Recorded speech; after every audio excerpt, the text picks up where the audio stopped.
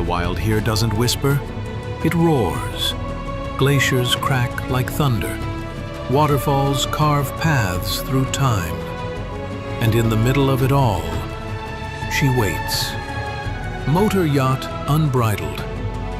A sanctuary of warmth and refinement in the heart of Alaska's untamed frontier. Bears wander the shoreline. Whales breach on the horizon. Seals nap on drifting ice while you sip champagne on the aft deck. This isn't a cruise, it's a calling, and only the bold will answer. Now booking your next unforgettable charter, yachtunbridled.com or through your preferred charter broker.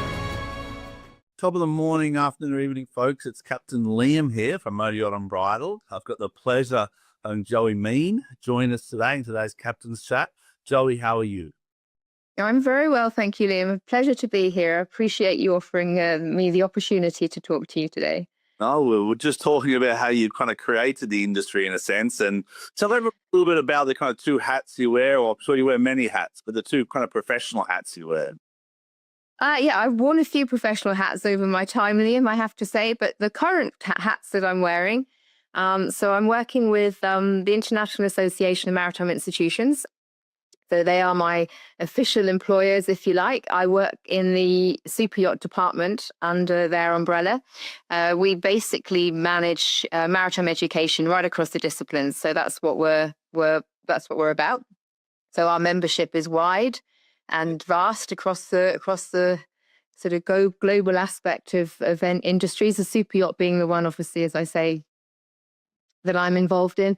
I'm early days, as we were talking about just now, I was part of yacht qualifying panel with the Deck and Tech qualification routes. And in more recent years, I developed what we call the GUEST program, which is some guidelines for excellence in super yacht training. And that's to pick up all the operational part of the roles on board. We started with the hospitality programs, and then we've extended into leadership, human resources, administrations, yacht financial management, mental health and well-being. We have a very specific course for that's very tailored to the industry because it's quite nuanced from the point of view of triggers and issues that we find our gorgeous crew having, and we want to be there to support them in the right ways. So this is what we've developed. So yeah, the suite of programs developed under GUEST, and we basically get a lot of providers who develop training, and then they come to us for the accreditation, and then we can do the accreditation through our internal processes. Yeah, well, I'm blessed to meet the face behind the standard, because it really is, that's kind of what we're creating here in yachting. And everyone talks about the yachting standard, and kind of platforms like yourself really are the echelon of that. Especially kind of for that, you know, the whole industry. But when you talk about interior, you talk about leadership, talk about service. I had an article the other day I kind of read, and it talked about how the interior team on a yacht are more like the quarterbacks of a team, you know, of an American football team. And they're the ones that kind of have to get the result for the clients as much as everyone else. So it's good to see the industry equalizing the responsibilities between departments. I think it's vital, though, Liam. I think it is absolutely vital to recognise that.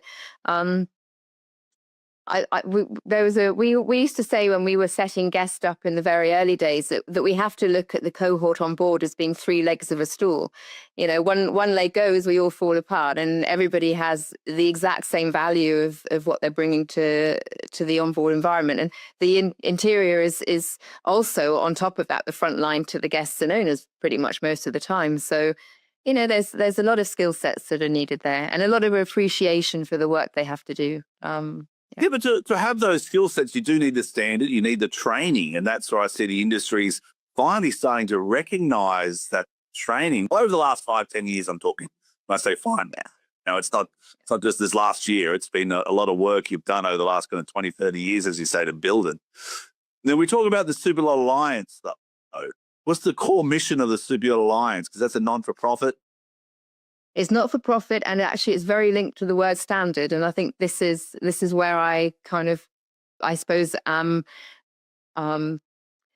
push to make changes through what I'm seeing with the education side. And you're right, there is more of an appetite, but we've got to stop doing this whole setting the bar to a minimum. And I think, you know, the qualification routes that are required, the mandatory, and it's not minimum in as much as what's delivered isn't valuable. Of course, it's incredibly valuable. But when you look at all the roles and responsibilities of the crew on board, the operational requirements are very different to the seagoing requirements. And that's why we recognize that through guest. And the standards that we set for this, particularly through IAMI and the way that we operate, because obviously we're also obliged through the government routes, is looking at standards across the industry. And I mean, I've been talking to Seabass and other associations for many years about trying to set something where we can all work together to try and make improvements and changes. And I've always felt that those of us that have been in the industry so long, and I just admitted to you that it's nearly 40 years that I've been doing this. So yeah, showing my age.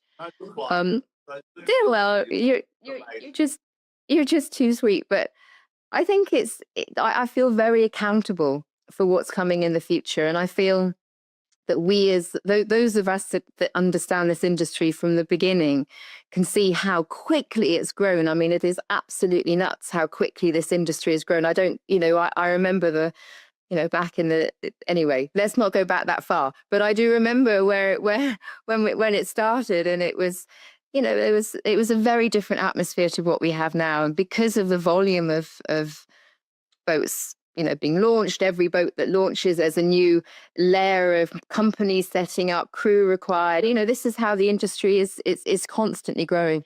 And if we don't start making changes now, we're not going to see the issues that we're facing getting better. Nothing's going to change. Nothing's going to improve just because you've got more people and more volume. We've got to start really making some changes. So sorry, go ahead. That's what I was just saying on that one point, though. I think the biggest problem I'm kind of seeing, from an outside, I've got 25 years at sea and I love what I do and I go to sea for a living. That's my own. That's my place outside my family. So I see it from that perspective. And what I see is so many companies, so many people, so many organizations coming out. How do we unify that? And that's where I see Super Alliance and I Am a Guest, and that's where we've connected through Caroline. Because when too many people go in too many different directions, we don't actually accomplish anything. Yeah, and this is what we were starting to see, right? It was just that there's all these different organizations. And this is what we've really done with the Alliance. So we've got what I would say the core associations together, and they represent pretty much 360 vision of this industry, right? We've got the shipbuilders, you've got the charter brokers, MEBA, IYBA, we've got Amex over in Australia. We've got PYA, ICOMIA. I mean, that's an enormous group of organizations. We've got IAMI now as well, and Seabass. So if you think about it, we just basically got together and said, pretty much, let's just dump our garbage in the middle and talk about what's going on here, because we have all got the same issues, but we're all looking at it and tackling it from different angles.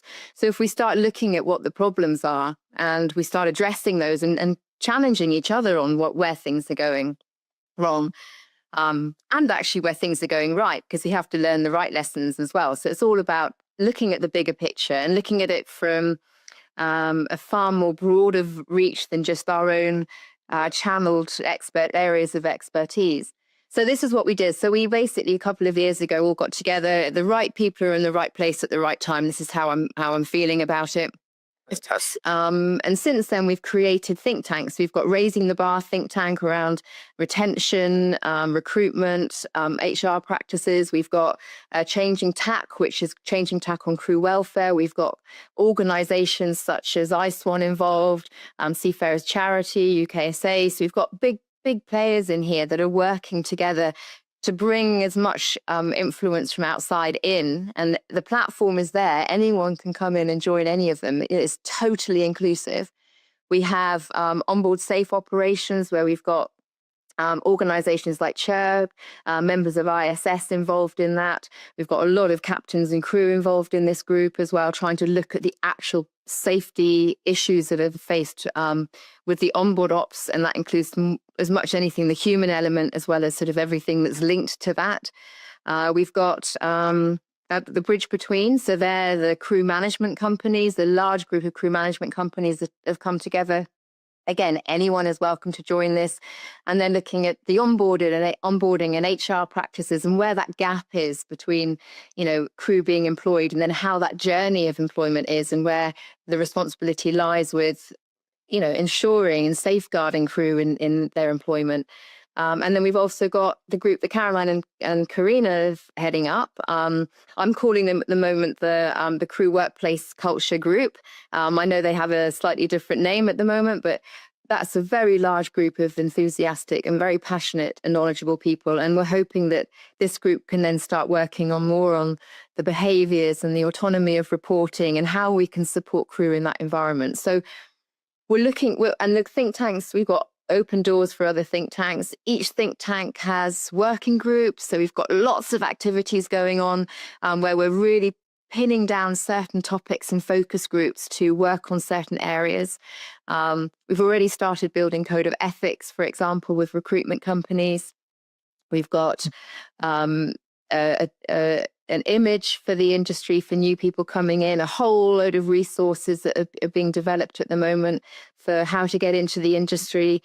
Obviously, through changing tack, there's resources for well-being and welfare and mental health. It's very exciting times. Very, very exciting. Yeah, it's quite amazing. Kind of like United Nations of yachting, per se. That'd be a nice way to put it, with all the different members to try and make positive change. Yeah, and I think it really kind of is. I mean, we're very aware as the Alliance board that we have a representation for our own membership, so there's likely to be conflict of interest. So the best way of doing this is to have the operations of the Alliance working through these think tanks. So there's autonomy there. There's an opportunity for industry just to open and be honest and transparent. So we can basically come back down to how do we change things and where are the standards and the changes needed. And this is what we're basically working on. Yeah. So what's the biggest challenges then? And I'm going to be honest, and I'm going to start with saying people like myself, those captains out there. Yeah, I'll be difficult. I like having uncomfortable conversations, believe it or not. I kind of encourage crew to have that because I think we grow in that space. And I see so many of these yachts operate under an independent, sometimes egotistical, sometimes positive environment.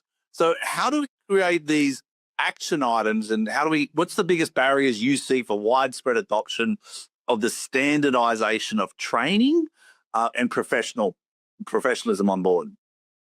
Well, yeah, I mean, there are a few barriers there for sure, Liam, and I think, as you quite rightly say, there's quite a range, isn't there, that we see of behaviours and operations with yachts. And one captain will go on a vessel and change the whole operations of it because this isn't how they do it, and this is how they've always done it. And it doesn't mean that one's right or wrong. It's just a change of environment, and it takes time for crew potentially to adapt to that change as well. So there's always a little bit of resistance. There's always resistance to change. So that's actually going to be the biggest battle, is to get the buy-in from the industry to say there's going to be a few changes coming, but people just need to trust what we're doing, and if there's any concerns, join what we're doing. So there's everybody gets a chance to have a voice and an influence.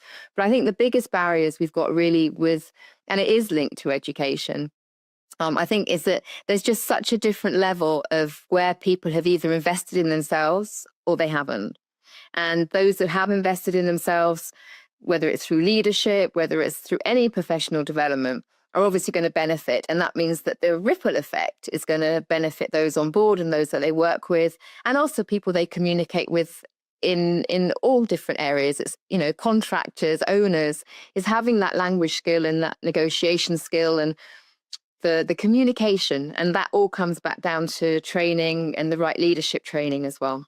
So I think that is definitely something we're seeing as a pinch point, because it's not, there's a very varying different levels and degrees of how people are leading. They are barriers. They are barriers, realistically. And I always try and say to people, take the people out of the problem. Try to take the people out of the problem, and that kind of gives more clarity to what the problem is. Is it a scheduling issue? Is it a resource issue? Is it a retention issue? What is the problem? And then let's and sometimes it is the people that are the problem. So we talk about the barriers. I've got this saying: if it can't be measured, it can't be managed. So when you talk about accountability, how do we then go on to say, how do you measure standard? Well, I think it's a really good point, and we've actually just recently, at the end of sort of this summer, we've got it through. We've managed to get quite a substantial sum of Erasmus funding, so that's the EU funding, to create a super yacht qualifications framework.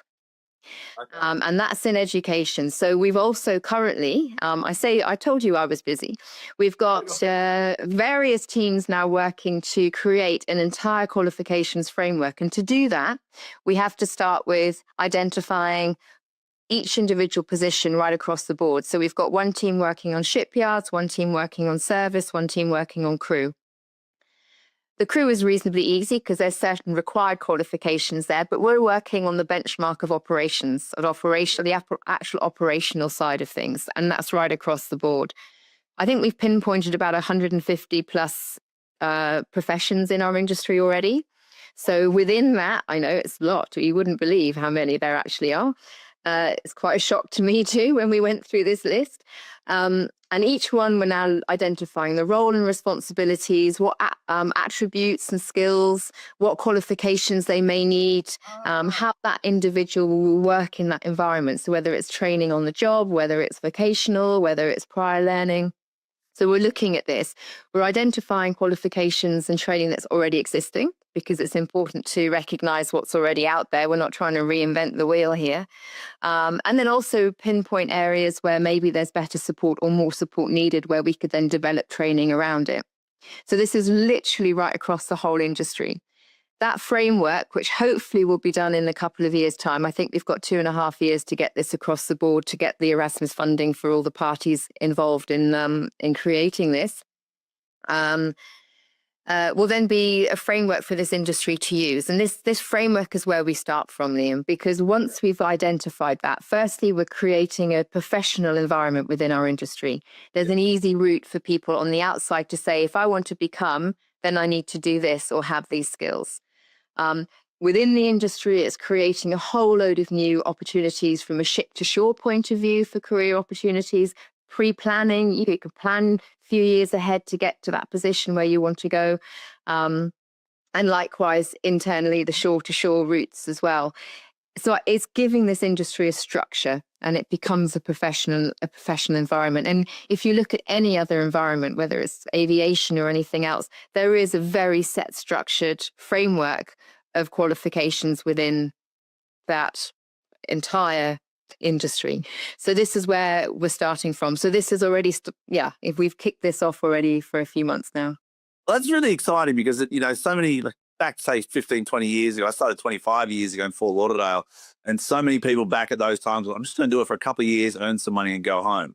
And crew sometimes think like that, but the more and more in the last kind of 5, 10 years, you see people realize that this is a career, it is an industry. And then people like yourselves, that ship to shore connection is one of the strongest things we need to kind of focus on, because people can't kind of do the distance away from the family, or if they want to start a family, they need that kind of understanding of there is a relationship available ashore professionally that they can move into. So it's exciting times in the industry. I really think it is.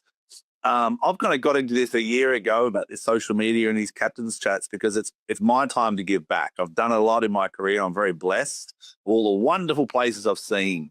But then when I hear these tragedies, like Paige Bell, or the incident in St. Bart's with the loon tender, and these many other incidences that happen in yachting that affect the crew's mental health, that's when the industry needs to really stand up and say, how do we take actionable items for accountability? And that's kind of the question. We talk about standardization. What are the actionable items for accountability that people can take in your eyes, because you see the whole thing as the big picture, and that's beautiful. Yeah. I think it's, again, it's, our industry was built on a sort of make it up as you go along culture. And I think this is one of the biggest issues that we face, because while there are standards and there are guidelines in place, we're not all following them, and we need to identify why. And I think many of the reasons as to why is because our industry doesn't operate that way. So we need to now challenge those standards and guidelines and change that. And I think when you've got issues on board, as you've mentioned, serious incidents going on, there isn't a clear-cut route for reporting. There isn't autonomous route for reporting. There's a lot of ambiguity around who do I report to, because are they on my side or are they on the owner's side? Are they on? And I think this is where there's slightly murky waters, and this is what we need to also clear up. We need to challenge where those standards and guidelines are and create, obviously, standards that would fit with our industry, so we can operate in a safe environment that's going to give that clarity to crew to know where to report to, people understand where they stand in a situation, and who is accountable and who is responsible for that. I think this is definitely something that needs clarification. One of the sessions that we ran, for example, at the Superyacht Forum. So the Alliance board members are also the content board for the Superyacht Forum in Amsterdam in the Mets, during Mets. So we create the content for those 2 days, and we do it again with all the organizations we work with. It's a very open option. But one of the sessions we ran this year was something that I pushed for, called towards the unified code, the unified yacht code, from the operational perspective. And this is something, again, that all the work that's going on at the moment ultimately is going to land on: do we create something that's an industry standard, or do we then go to regulators and make it something more tangible, if you like, and it can go through something that's more through flag states or higher. So this is the challenge that we're going to be heading towards. And I think once we can address that, and once we've really pinpointed why what we've got now doesn't work, and what we haven't got that we need that can then work, and once you've identified all of this, and we can put the white papers together and the recommendations together, we can then go and have some really serious conversations with the people that can make the changes. And if they don't, then we try and look to make industry standards across the board. And this is something that does need to be brought in by every organization and people and the people working in the industry. True, because I do want to reinforce to all the crew out there and all the industry that there is the framework does exist for accountability. I mean, there is a Marine Accident Investigation Bureau, there is DPAs, there is flag states, there is local authorities. So the framework exists. I think it's a lot of the people need the faith in it, and they need to engage in it and not be afraid. And I think that's a positive step in the right direction, in addition to the amazing steps that you and the team at Super Alliance are doing. Crew need to take responsibility themselves for what they see around them and the behaviors they see around them. Because in the most recent journey I've had, I'll do this check-in Tuesday, and it's horrible, the emails and the messages I'm getting now of people in situations. And I obviously deflect them to professionals because I'm not one of those. I go to sea for a living. If you want to learn about navigation, I'm the person. But if you need professional help and support, then we direct you to Ice One or any of these organizations that you mentioned. So it's really tough, but I think we're going down the right path. One of the huge victories I think I see right now is from January 2026, the PSSR includes sexual harassment and training has now come out, and I see all the links for training. But I've now the crew to say, crew, this is a must. Let's start January 1st. Let's all book our course. Yeah, but and it's brilliant, and I'm really pleased to see that that's in there. I do feel that there should be more, because I always think that when we look at STCW training, my personal feeling on this is very much that it's a minimum requirement, it's a minimum standard, and all industries really should then again take responsibility to upskill in areas that along those routes, but to upskill in the areas that actually impact the operations in our discipline, in our environment, which in this case is super yachts. And I also think that there will be many people who, obviously, you don't need to refresh your PSSR. So everybody that's already got their PSSR, it's very unlikely they're going to go back and do it again for this. So I would urge everybody to start either taking that or other courses that are similar along the same vein. So you understand what's being taught to the generation starting their first journey on their first STCW PSSR course, because you only have to do it the very first time. So, I think there's going to be a gap in knowledge and appreciation of the output of that course if people don't engage and go back and say, right, actually, I want to learn about this. So my message would be do that, because, then you'll firstly understand what's been taught. And secondly, surely you're going to benefit from that training. Exactly. I think there is a short course of £35 that you can do, which is that add-on. Yeah, the add-on, yeah. And I was like, so I'll encourage my crew on board to do it. We're going to register for it. But I want to touch on two more things if you've got time. You got another couple of minutes? I've got as much time as you want. Yes. Because this is for me, it's huge, because it's the oversight that people don't see, and what you don't know, you don't know. So when people listen to this and they understand what you're doing from a bigger picture and see the face behind the Super Alliance and I'm a guest, they get more faith in and more trust in their abilities, and the results is what I go for. And I'm very guest centric, so I'm in face of these guests and the ultra high, net worth individuals. Our goal in the industry is to give them such a unique experience that they can't find anywhere else in the world, that then supports this whole industry, because that's where it comes from fiscally. So from their point of view, there's big trends in wellness. There's big movements in crew mental health and wellness. Where do you see that coming in, kind of looking ahead 2, 4, 5, 10 years in terms of training?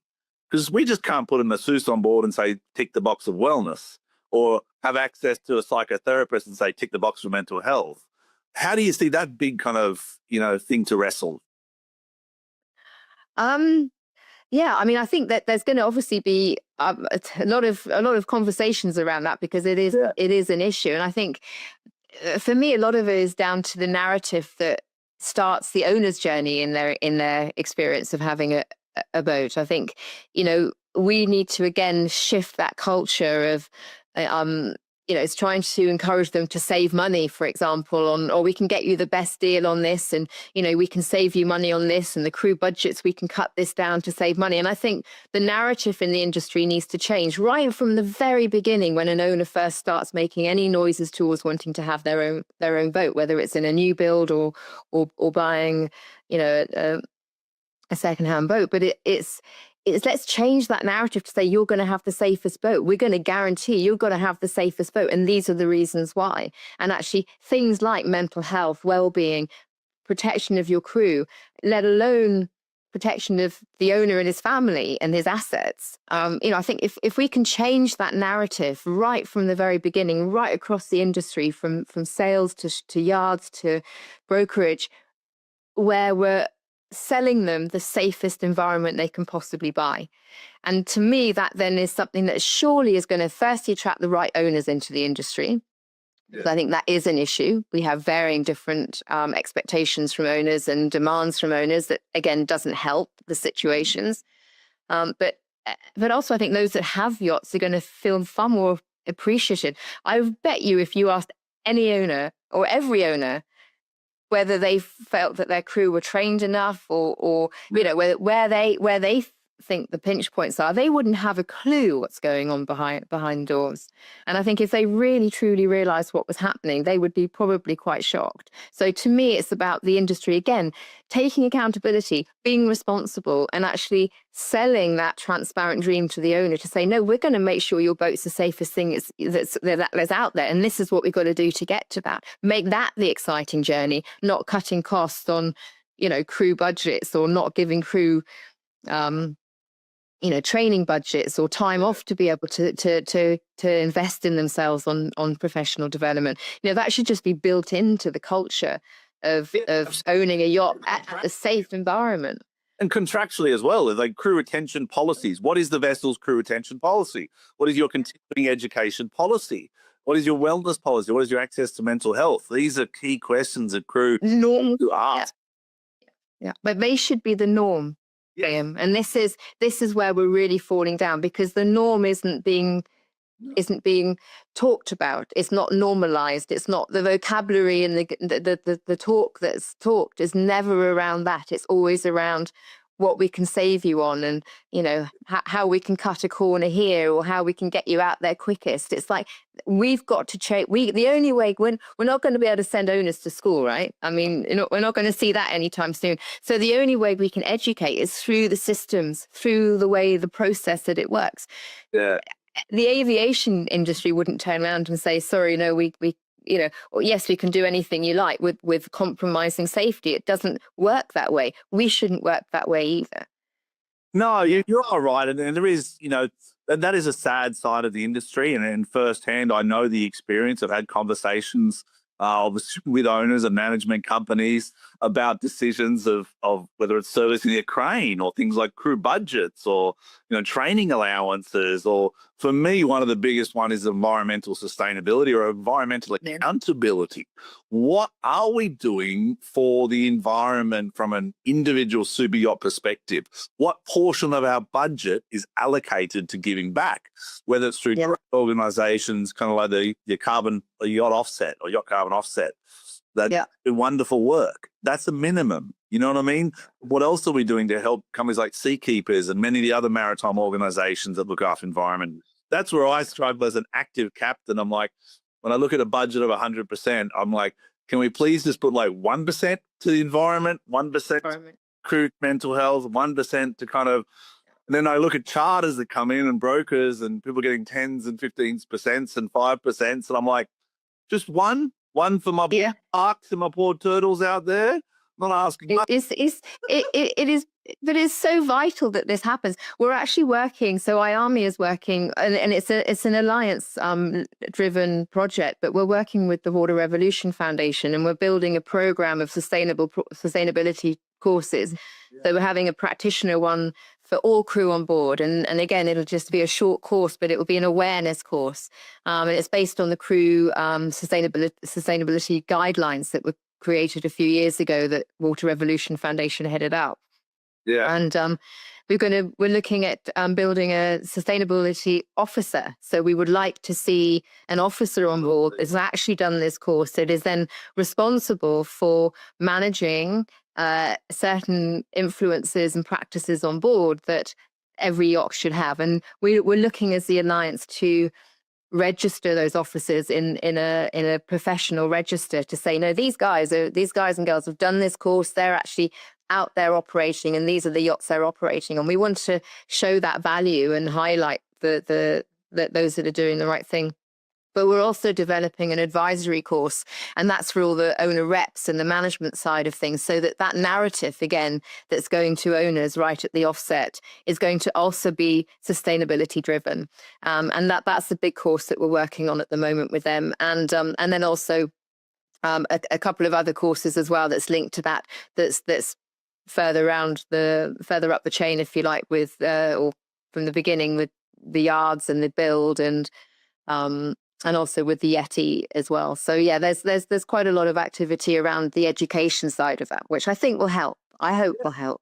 Well, help at both ends. The education really helps and sets the foundation, but in the end, I think the money has to come from the top down, and we have to allocate that through management companies and different people who have influence in the industry to try and make sure that it's done. Because a lot of times I feel like an old kind of, not hippie, but I'm like, okay, crew, remember no plastic bags. Remember, no plastic bottles are coming on the yacht. Full stop. None. And it's like a hard no for me. And then we have the shipboard energy efficiency management plan. And I take it seriously. It's like, okay, crew, close the curtains. What is our power consumption this month? Why are we consuming so much power? Like, these are the questions I ask actively. But I sometimes say broken record. And I'm like, come on, crew. Like, this is my little bit. They're all wonderful people, but I need to do my bit for the ocean, Yeah. But it sounds to me, Liam, like you're doing a lot more than just a little bit with, advocating that attitude on board is well, it's commendable, and I think it's absolutely the right way to be, and I think it's hopefully going to be the way we will all behave in the future. Yeah. Same as mental health. A lot of times I'll ask different crew and people in the industry, would you rather talk about it, or would you rather go for a walk or a fish? And sometimes they go, well, would you rather go for a walk or a fish? I'm like, that's fine. And then we can talk about it. Or who wants to sign up for the mental health first aid course? That, it's a great course. And a lot of crew are like, no, I'm not interested. I'm like, cool. what if you get a day off? Are you interested then? Like, let's work this out because we have to improve. You have to have these uncomfortable conversations to become. Yeah. So finally, I know you're a really busy person. I'm so grateful. I know it's a sunny day over there, so I'm going to get you a bit more sunshine. Digitalization of certifications and badges and AI, kind of what's your kind of take on all that and where you see the future going?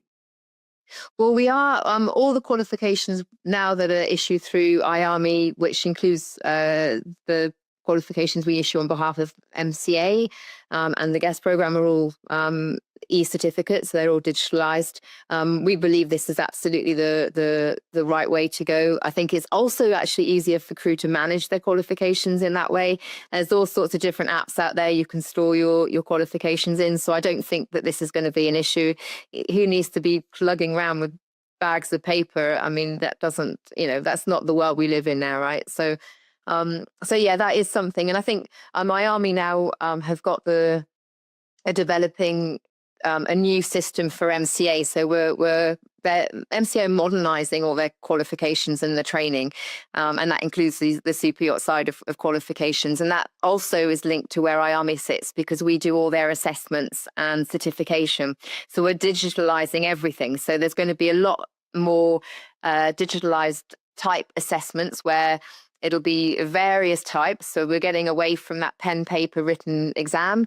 And we're going into more digital environments from activities and assignments. And so it's going to be a very different environment for the learning and also the assessments and then the certification from that. So this is something that IAMI are currently working on. And that's right across all the maritime disciplines that we're doing that with MCA for. So that's another couple of years worth of work that we're heading straight into for some change. But the first lot of training will be coming out in April, but that won't be for the yacht sector. That will come a little bit later. But watch this space. There's some changes coming to the assessment processes for all the MCA yacht qualifications. Yeah. Oh, fantastic. I mean, it does start at training. That's why I always encourage crew. Our season's coming up in Alaska next year, and I've kind of allocated 2 weeks in February, I think it is, for just training. And the crew are like, what are we doing? I'm like, we're doing everything from self-defense to this PSSR, sexual assault and bullying. Like, we don't have these problems on board, Captain. I said, doesn't matter. It doesn't matter if we have the problems or not. We have to protect ourselves and protect our problem, protect the potential of the problem. So I know the one they're not looking forward to is to clean up the beach in the middle of a Seattle winter, but that's my one. That's my one. All right, guys, put the raincoats on, rain halos on. Raincoats and hot chocolate, they'll be fine. There you go, hot chocolate. It's got a one. So I really thank you for your time. I thank you for everything you've done in the industry. It's really insightful. Once again, you've created a standard, and that's where we can be measured against. And I implore all crew to engage, whether you're a head of department or a junior crew, things like the Super Yacht Forum, things like the IAMA guest programs and accreditation. I think that's where it starts. And I'm honored to have you on board. Oh, well, Liam, I'm really grateful to be here. And as I said earlier, everything that we're doing through the Alliance is an open door. This is 100% inclusive. We want people who have got passion, who want to help to make a change, to get in touch and be part of, even if it's just helping on a work group for a few hours here and there. Every little bit will help, and everybody's expertise will be valued, and everybody has the chance to have a voice and be part of the change. So, there's no closed doors here. The whole point of this is providing a platform for us all to get this industry where it should be, right? And how can crew do that? What's the best way to get a hold of you or to join? It's an interesting question because the Alliance, we've been so busy doing things. We haven't really done much yet on our sort of PR and marketing or social media. We will be doing some stuff over the new year. And we will be getting a little bit more sort of momentum going. We might even work with you guys on this, but try and get some momentum going with some reach out and some reporting as well, because I think that's important. To be fair, if you look up my LinkedIn, if you come by me for the moment, then I will put you in the direction of the right think tank and the right people involved. That's probably the best way to do it. Yeah. And you've got superyachtalliance.org. I see you can register for Raising the Bar as well on your website. You can. There's plenty of ways to do it, but LinkedIn's the best, and I'll put that below. Thank you once again for your time. I appreciate it. Be safe, be blessed, and look after yourself. If your brand belongs in the heart of the yachting world, this is where it happens.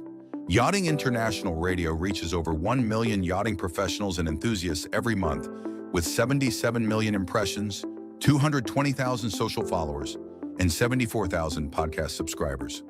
Our hosts are insiders, crew, captains, CEOs, trusted voices shaping the industry. This is targeted, high-impact advertising in a luxury niche. Visit yachtinginternationalradio.com